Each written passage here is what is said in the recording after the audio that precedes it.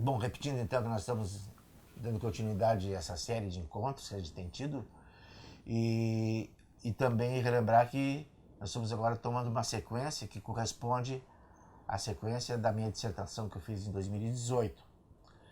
E relembrando ainda, né, que o tema, o foco da minha dissertação é ter aceito esse desafio que o Bernardo Secchi fez no livro dele, aquele Primeira Lição de Urbanismo, em que ele diz que o urbanismo, ele pode ser considerado como um discurso.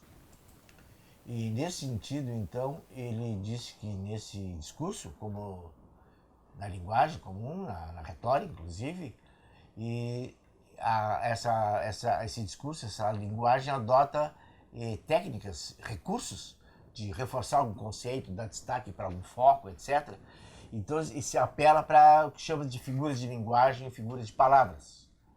E ele diz que nesse discurso urbanístico é possível identificar essas figuras de linguagem do discurso urbanístico e que são, que eu já repeti várias vezes, não vou repetir tudo, mas só para lembrar vocês, que essas figuras são a figura da continuidade, da fragmentação, da descontinuidade, da dispersão, do discurso, da sequência, com participação, com discussão, etc, etc, etc. São diversos recursos que as linguagens recorrem para quando querem dar mais explicitude para os seus objetivos.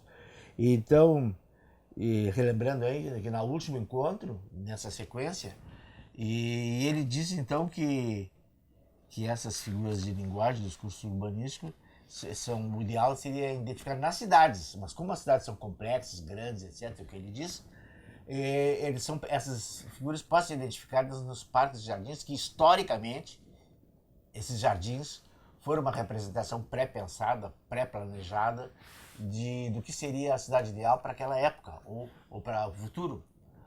E, então nós fizemos essa percorrida já na cidade na época medieval, etc. E uma maneira garantida, vamos dizer, com um certo grau de garantia para obter localizar e verificar a existência ou não dessas figuras, e nós estamos fazendo uma análise, uma verificação sistemática daquelas vertentes que tradicionalmente já são consagradas, que é a vertente da influência francesa no nosso espaço público, principalmente nos parques de jardins, e a vertente inglesa. Nós vamos hoje então iniciar, e talvez a gente consiga num encontro ou em dois encontros, cobrir a outra vertente importante na concretização, na implantação dos espaços aqui, que são a influência inglesa. Seria então analisar hoje qual são os elementos, quais são as figuras, se for o caso de identificar, que podem ser observadas na influência inglesa nos parques, jardins e depois, com o objetivo, vamos dizer, de identificar essas figuras na nossa herança, vamos dizer assim. Mas basicamente o que nós vamos ver hoje é assim, quais são na evolução dos parques ingleses, quais são o que se pode identificar como figuras, qual foi, como se comportou, qual é a diferença, vamos dizer assim, fundamental entre a vertente francesa e a vertente inglesa e etc. Nós vamos trabalhar com duas vertentes, uma francesa nós já temos, vamos trabalhar com a inglesa e a gente vai ilustrando, discutindo, analisando quais são os componentes que fazem parte dessa vertente.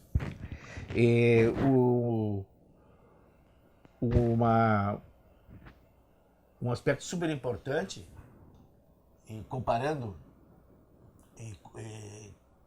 com a vertente francesa, que é super importante porque vocês já tiveram conhecimento que é a vertente francesa, então nós vamos dar um destaque assim do que difere, são radicalmente diferentes a formação do parque público inglês dos parques franceses.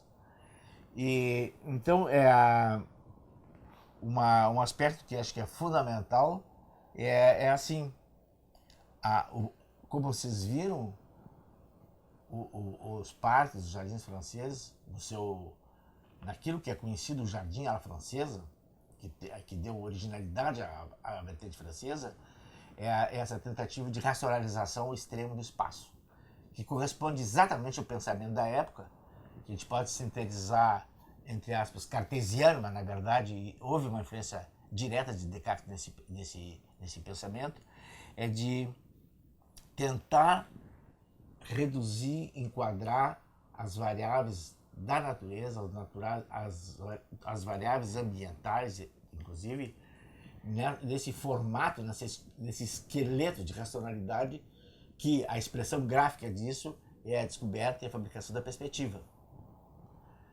E o auge desse delírio de tentar concentrar toda a complexidade da vida, que não só urbana, mas em geral, foi o triunfo, vamos dizer assim, dessa racionalização, foi o Pacto de Versalhes que nós mostramos ontem. Ontem não, foi na última vez que a gente se encontrou. E então, a racionalidade ao extremo, que já é fruto do racionalismo do Renascimento e o apogeu, vamos dizer assim, desse delírio, foi no Jardim à la Francesa, que é o barroco ou classicismo francês. E a origem do Parque Francês teve uma origem, vamos dizer assim, bem diferente do inglês, que vocês vão ver. O Parque inglês, em oposição a esse pensamento cartesiano e com a preocupação extrema de racionalização da realidade, ficou representado, ficou marcado, vamos dizer assim, como um novo método, a criação, a proposta de um novo método de observação da realidade concreta, da realidade da natureza, da vida material e biológica, inclusive. E esse novo método de observação, eu vou fazer um esforço agora de síntese para mostrar a diferença, que ao invés de englobar a natureza numa estrutura predeterminada, que era a perspectiva, agora o pensamento inglês propõe o contrário, que nós devemos tratar a realidade. Cada objeto, cada foco de análise deverá ter uma análise, uma descrição metódica, etc., individual, focada naquele objeto, e entender de onde que ele vem, como é o seu comportamento, para onde que ele vai, e fazer uma historinha, uma história, que é o termo técnico que eles usam, uma history. Seu objeto de estudo pode ser uma paisagem, um ser vivo, então a sequência, a realidade como um todo, seria a análise sistemática dessa série de objetos que cada um tem sua história. Na paisagem teve uma repercussão disso, e no planejamento também. Tem um lema do planejamento moderno, o urbanismo em inglês, que dizem survey before planning, quer dizer, faça o levantamento antes de planejar, quer dizer, tentem enfrentar a realidade com um método científico antes e depois fazer as propostas para intervenção nesse espaço. Então, no paisagismo, nas propostas de ocupação do espaço aberto em geral e nos espaços verdes em particular, essa atitude, vamos dizer assim, de uma análise objetiva, caso a caso, foi adotada. E por coincidência ou não, a valorização do objeto, da parte em relação ao todo, e seria assim, o todo é constituído dessa coleção de partes que são analisadas individualmente. E essa organização entre elas que é o todo. E então a gente não pode adivinhar o que é o todo antes de conhecer essas partes. Então, o parque inglês não existe pré-concebido. Ele é proposto conforme as suas variáveis, o seu sítio, etc, etc, etc. Isso que nós vamos examinar. Então, se vocês querem uma comparação, assim, do ponto de vista amplo, para comparar da França e da Inglaterra, é essa. a Inglaterra vai adotar um sistema de análise individual e criando cada um a sua história e repassando, vou dizer assim, para seu uso, para sua percepção, para sua vivência. No caso do parques, dos espaços públicos, dos parques e jardins, praticamente, que é o espaço que a gente está dando ênfase, eles tiveram várias origens.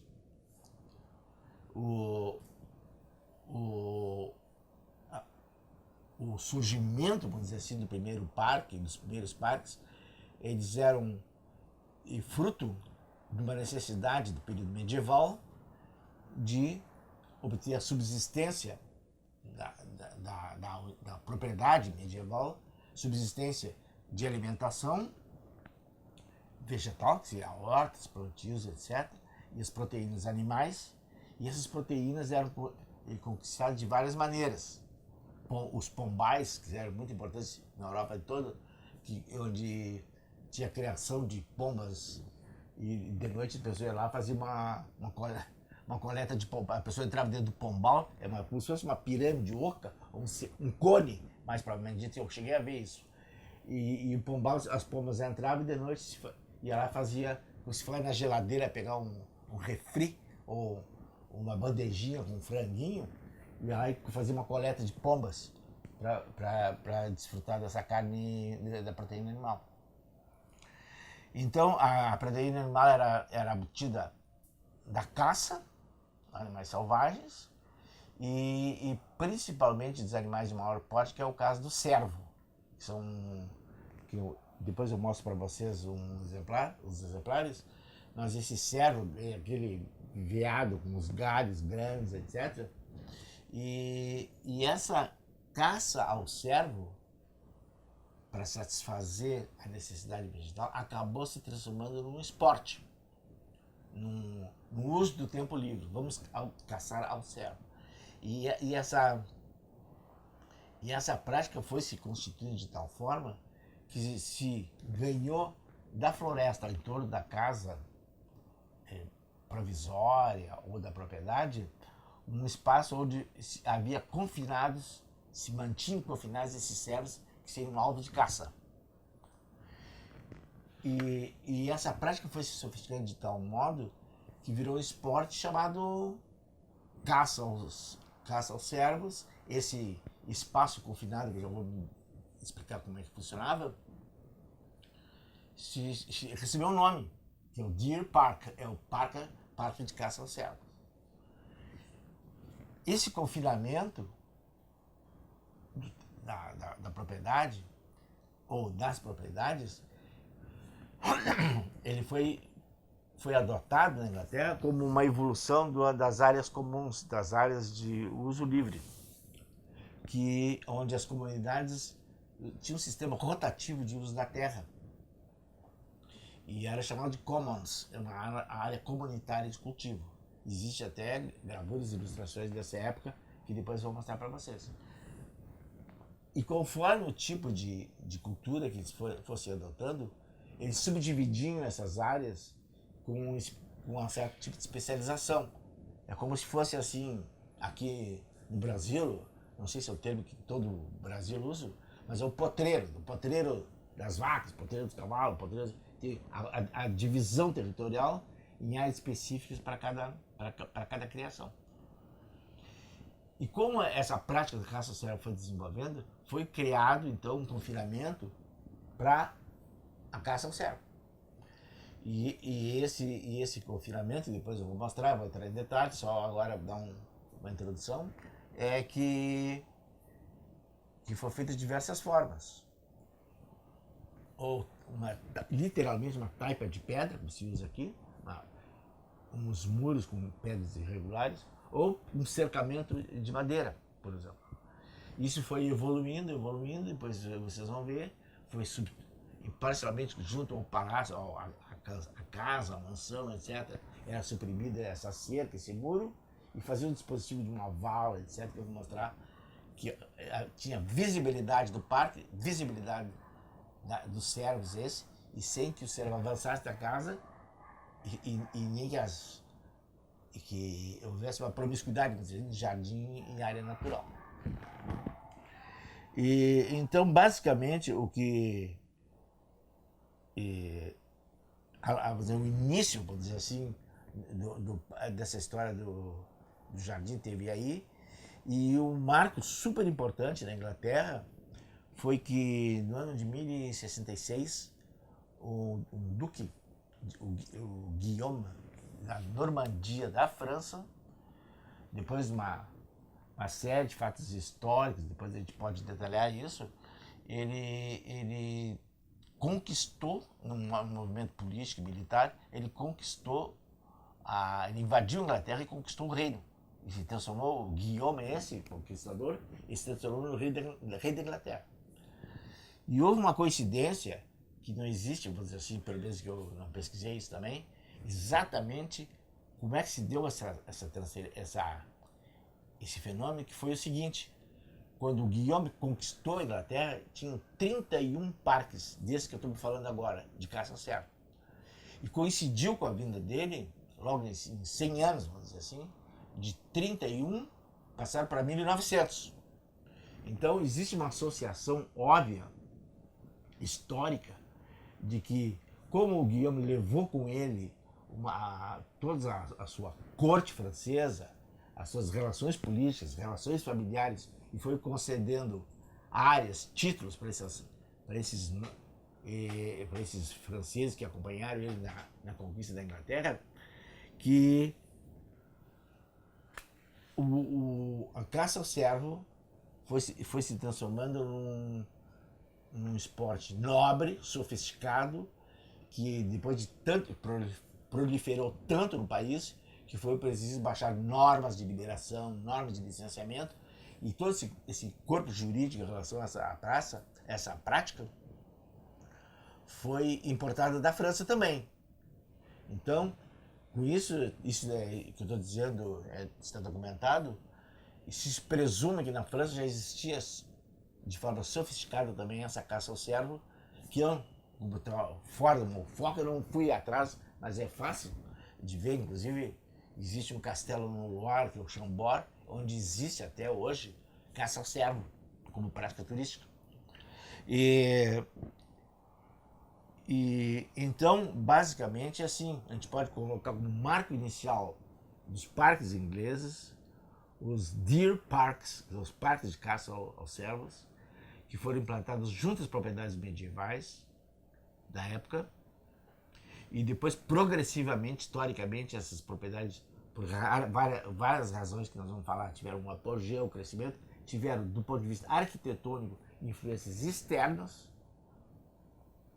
e depois houve um decaimento, uma retração dessa influência externa, e houve um surgimento de um movimento que resultou, vou dizer assim, na criação chamado paisagismo inglês. Então, o paisagismo inglês, nós vamos ver em detalhes, o que é hoje conhecido paisagismo inglês, em oposição ao barroco francês, foi uma reação ao extremo, também que tinha tido na França em relação ao Renascimento. Agora apareceu uma reação ao extremo racionalismo da influência francesa na arquitetura, no paisagismo, na ocupação dos sítios, principalmente da elite inglesa. Então, assim, o parque inglês surge disso, e são várias variáveis que depois eu vou entrar em detalhe. Mas, por hora, eu acho interessante a gente consolidar esse marco zero do paisagismo inglês, que é a vinda, vamos dizer assim, a vinda ou a ida do Guillaume, o Conquistador, que simultaneamente coincidiu com essa grande surgimento de um número muito grande de parques de caça ao cervo.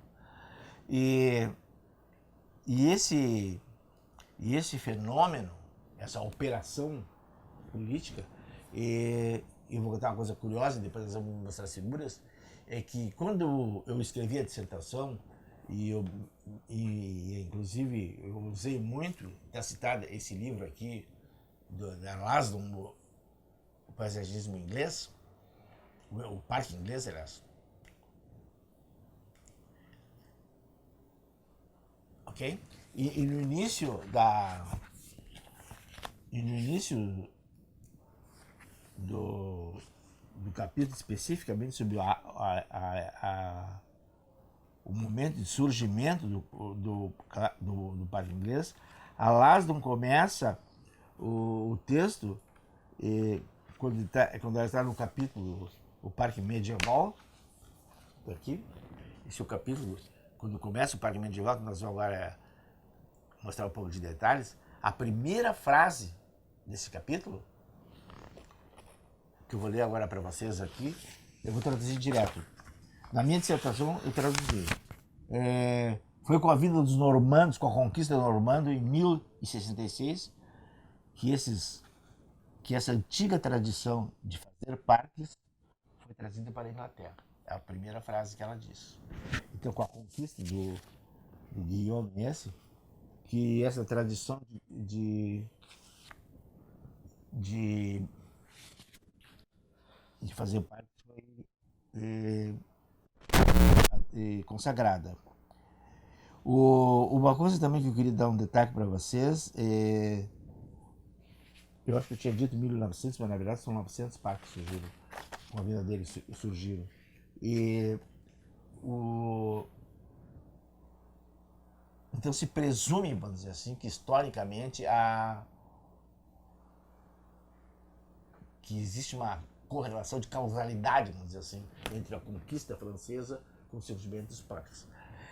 E esse fenômeno, não é um fenômeno, mas esse acontecimento histórico da conquista do Guillaume, por sorte até, e até uma coisa muito rara, foi documentada pela esposa dele, pela mulher dele, que era a Rainha Matilde. E a Rainha Matilde, para narrar as maravilhas das conquistas do marido, ela teve a ideia de fazer um tapete. Que na verdade, esse tapete, o nome está errado, porque não é um tapete, é um bordado. E que ela narra todas as peripécias do marido na Inglaterra até conquistar e se tornar o rei. E esse tapete, que é chamado tapete, tapeçaria da Rainha Matilde, ele é uma peça de 70 metros de comprimento, tem 50 centímetros de altura e está conservado num museu especial, foi construída uma sala especial para esse tapete. Vou chamar de tapete agora porque é um nome consagrado. E na cidade de Bayeux, na França, e que eu tive a sorte, fui lá na cidade justamente por causa do tapete, para ver. Eu não estava interessado como fonte da origem dos parques ingleses, mas para ver um 3 estrelas assim, do roteiro interno do interior da França. E em Bahia eu tive a oportunidade de ver esse tapete, que ele está acondicionado numa sala, grosso modo é 20 por 20 por 20, assim, a sala. E tem um nicho no meio da parede, com umidificação, temperatura, iluminação controlada, etc. E onde a gente pode acompanhar toda a narrativa dela, da Rainha Matilde, contando a conquista da Inglaterra. E na ocasião eu adquiri uma redução, uma reprodução reduzida do tapete, que eu vou mostrar aqui para vocês. Só vou mostrar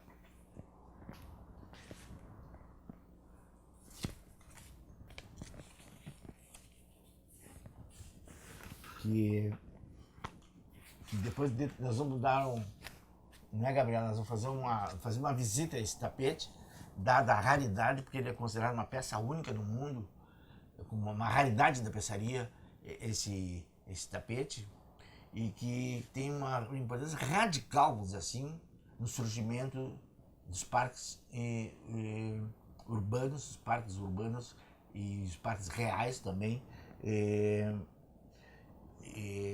na Inglaterra.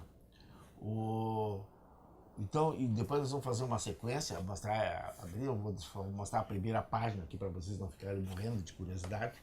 Mas a, a tapeçaria nessa proporção, não tive o trabalho de calcular em que escala que está isso aqui. Mas isso aqui tem 50 centímetros de altura.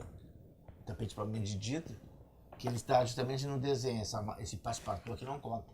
Então tem 50 centímetros de altura e tem 70 de comprimento. E tem diversos. Eu adquiri também na ocasião esse folder.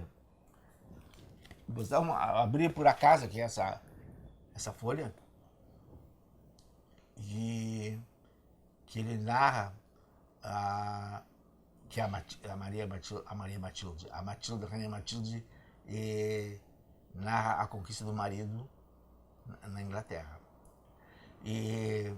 Então teve grande importância porque isso não é predestinação, mas é que houve consequências objetivas dessa conquista francesa, porque ele trouxe essa prática para a Inglaterra e num ritmo assim muito grande, né? Então eu sugiro que, né, o Gabriel, que a gente mostre agora. Nós vamos dar um corte aqui, fazer uma maneira de mostrar para vocês. A gente vai mostrar uma vista, vai folhear uma visita panorâmica assim do que é o tapete, e depois dar um detalhe desses folders aqui, fazer alguns comentários, e aí sim nós vamos passar para a sequência de ilustrações da dissertação, onde aparecem os primeiros parques medievais, e vamos em frente. Então tá, pessoal, nós vamos mostrar agora a tapeçaria de Bayeux, que na verdade ela foi conhecida e consagrada como tapeçaria da Rainha Matilde. E depois, evidentemente, que a cidade e a administração da cidade se deu conta do potencial turístico e cultural e adotou o nome, Tapeçaria de Bayeux. E foram várias etapas, vamos dizer, que isso aconteceu. E para quem quiser dar um pulinho lá, tem no folder aqui, o folder da Tapeçaria de Bayeux, editado por essa editora West France. E aqui é o Monte Saint-Michel, para vocês terem uma ideia. E aqui Bayeux está aqui, ó. Isso aqui é a Normandia. E então é isso que nós vamos fazer. Nós vamos mostrar a tapeçaria de Bayeux, que narra e descreve a conquista de Guillaume o Conquistador, Guilherme o Conquistador em português, a conquista da Inglaterra por Guilherme o Conquistador em 1066. Eu vou procurar aqui, usando o folder, para mostrar um detalhe quando aparecer, quando tiver o detalhe aqui produzido. Então nós vamos abrir agora as primeiras duas folhas. Na verdade serão 3 aqui, essas primeiras, depois nós vamos fazer de 2 a 2. O Gabriel vai me controlando se está indo ok.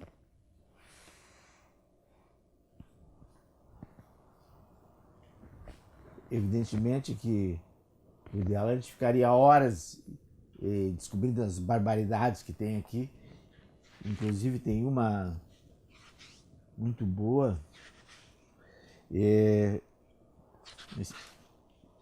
Nós vamos fazer uma fábula aqui. Esse detalhe aqui que vocês veem aqui é a despedida deles. Então tem umas meninas ali, ó, que eu vou mostrar o detalhe aqui, que parecem aquelas dançarinas do French Cancan, se despedindo deles, levantando a saia, uma com o cachorro no colo, dando tchau aqui com uma ave simbólica, não sei se um peru de verdade, e dando tchau para eles, que eles estavam partindo para a Inglaterra para conquistar tentar conquistar o reino da Inglaterra. Então eu vou fechar aqui e depois fecho aqui. E agora nós vamos virar sempre de par em par para ficar bem quadradinho. E aí a gente vai sempre passando de... os quadros são numerados por eles, ó. São critérios da sequência. Acho que dá tempo da Rainha Matilde. Esse é 4, essa aqui já é 6. Aqui é 5, 6. Então nós vamos passando. Eu vou checando por aqui se tiver nesse folder tiver algum detalhe que é reproduzido.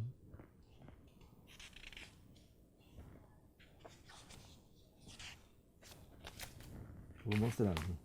A travessia. Posso ir tocando, Gabriel? Vocês notem a qualidade do desenho, até nessas miniaturas aqui embaixo, tem animais reais, domésticos, e tem umas figuras fantásticas, assim, de dragões, etc., que acho que o imaginário medieval era campeão. Aqui eu não localizei essa página aí na tapeçaria, mas vocês já têm uma ideia. Ó.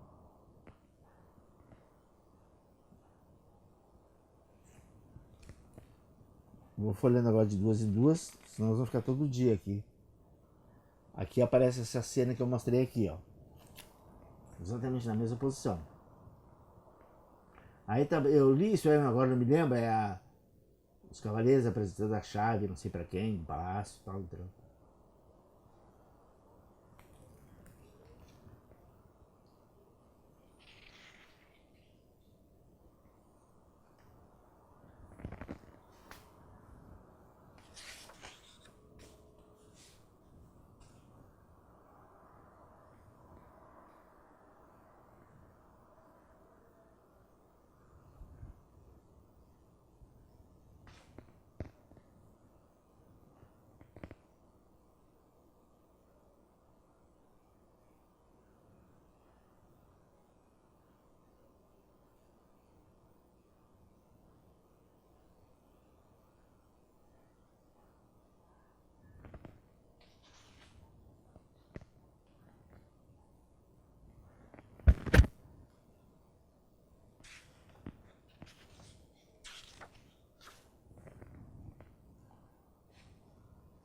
Bom, vou fazer um comentário que eu tiver alguma coisa interessante para dizer, porque senão eu vou ficar enchendo, perturbando, vamos dizer assim, a visita que vocês estão fazendo.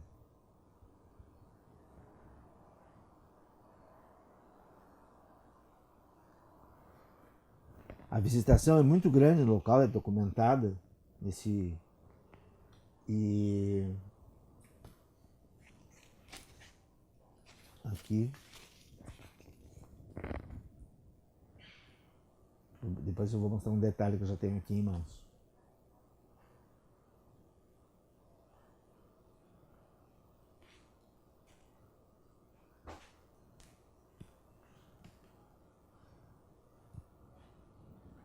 Exatamente nessa posição aqui.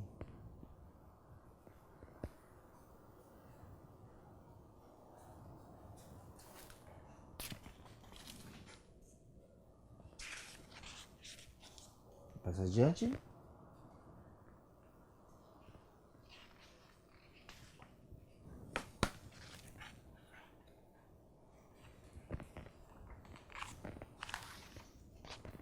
Vamos em frente, nós já estamos na 29, 30, já em torno de 30.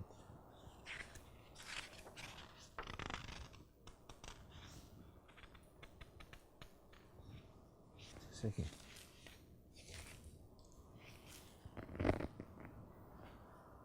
Aqui na tapeçaria original, na ampliação, vocês vão ver de novo, aparecem os números feitos na época. É como se fosse uma história em quadrinho. Posso colocar? Bem aqui. Aqui está o número 30, ó, bordado. O texto está em latim. Vocês me perdoem, que eu não vou ler em latim, né? Nem traduzir.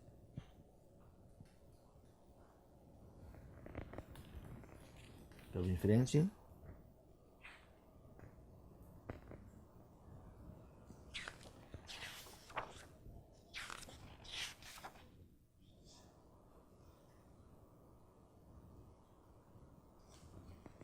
Tem um detalhe que a gente já vou mostrar.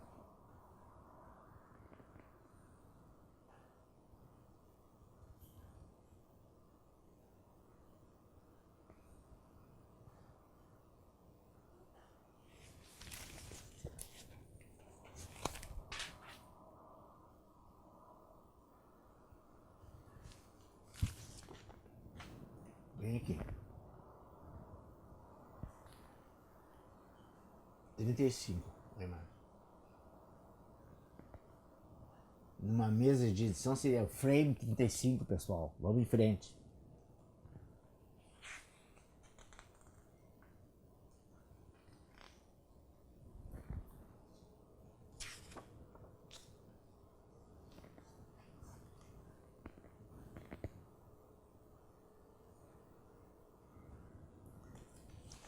E o pessoal que analisa, críticos, etc., de arte e tal, ele fala muito do bom design, da simplificação, fala do critério das cores que eles usaram nos bordados, e a criatividade de poder encher esse espaço.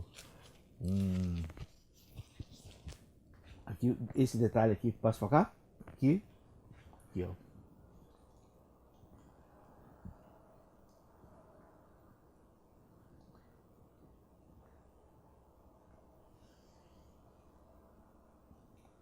E diversos animais, desenhos, alguns que eu me dei o trabalho de ver. Tem um desenho muito bom de animação, o movimento dado para os animais pequenos, né? E quase caricaturas, assim.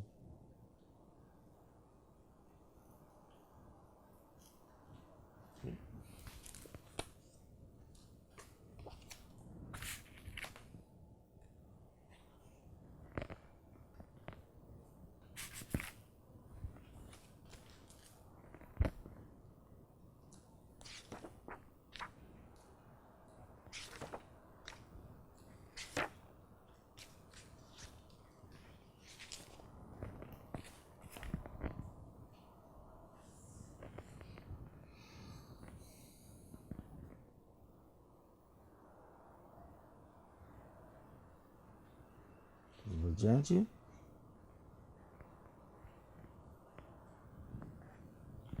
Importante é que, não sei se eu já falei, que a documentação diz que eles levaram 10 anos para fazer esse tapete. 10 anos.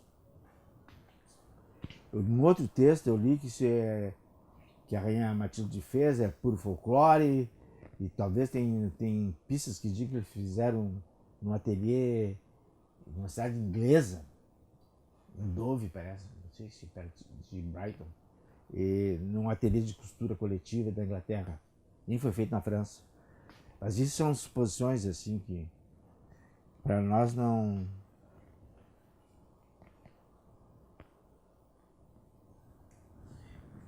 Depois um trabalho muito bom dos conjuntos dos barcos, conjunto das pessoas, conjunto dos cavalos. Muito boa solução essa. Eu achei que tinha essa ampliação aqui. Vou ver. Não.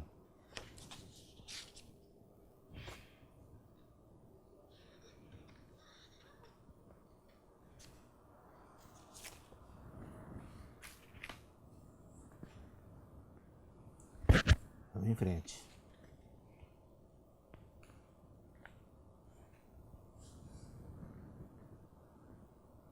Acho que aqui. Não é.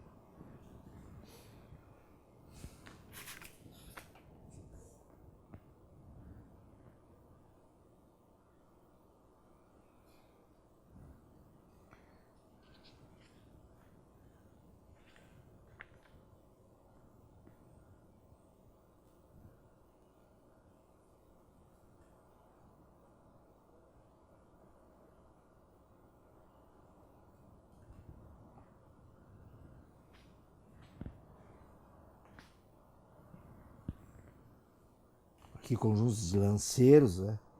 Esse tratamento dos conjuntos que é muito bem resolvido.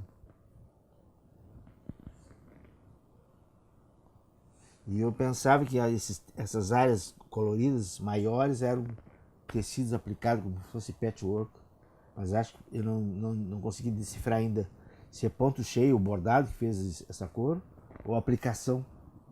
Como técnico, até eu achava que broderie significava isso, essa fixação do tecido, mas é um termo genérico de bordado.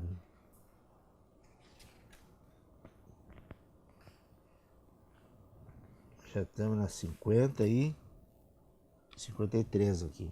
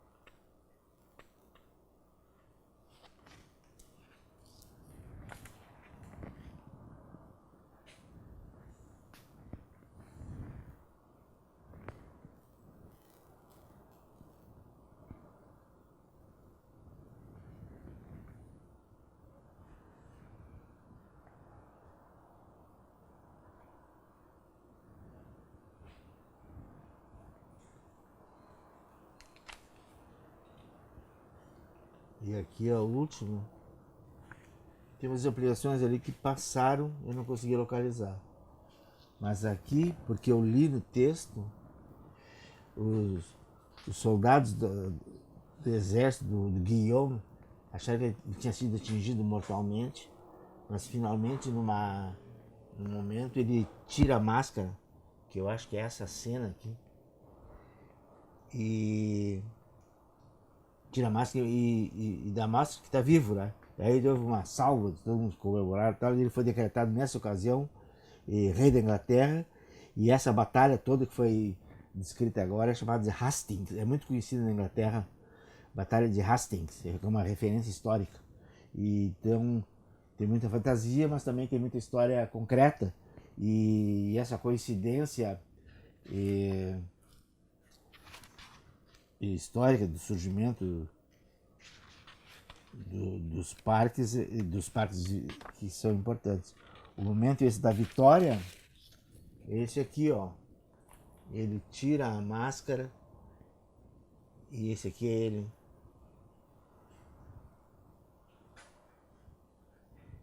E a outra também coisa importante que o Gabriel tinha visto antes, aqui no rodapé agora aqui, ó, em vez de animais como tinha aqui está representado, aqui são mortos, feridos, e tem gente com o braço cortado, quer ver? Tem uma cena aqui incrível. É um filme, né? Aqui são os animais ainda, mas essa visão assim cinematográfica da batalha feita com essa tira. Isso aqui é literalmente uma história em tira, né? História em quadrinho.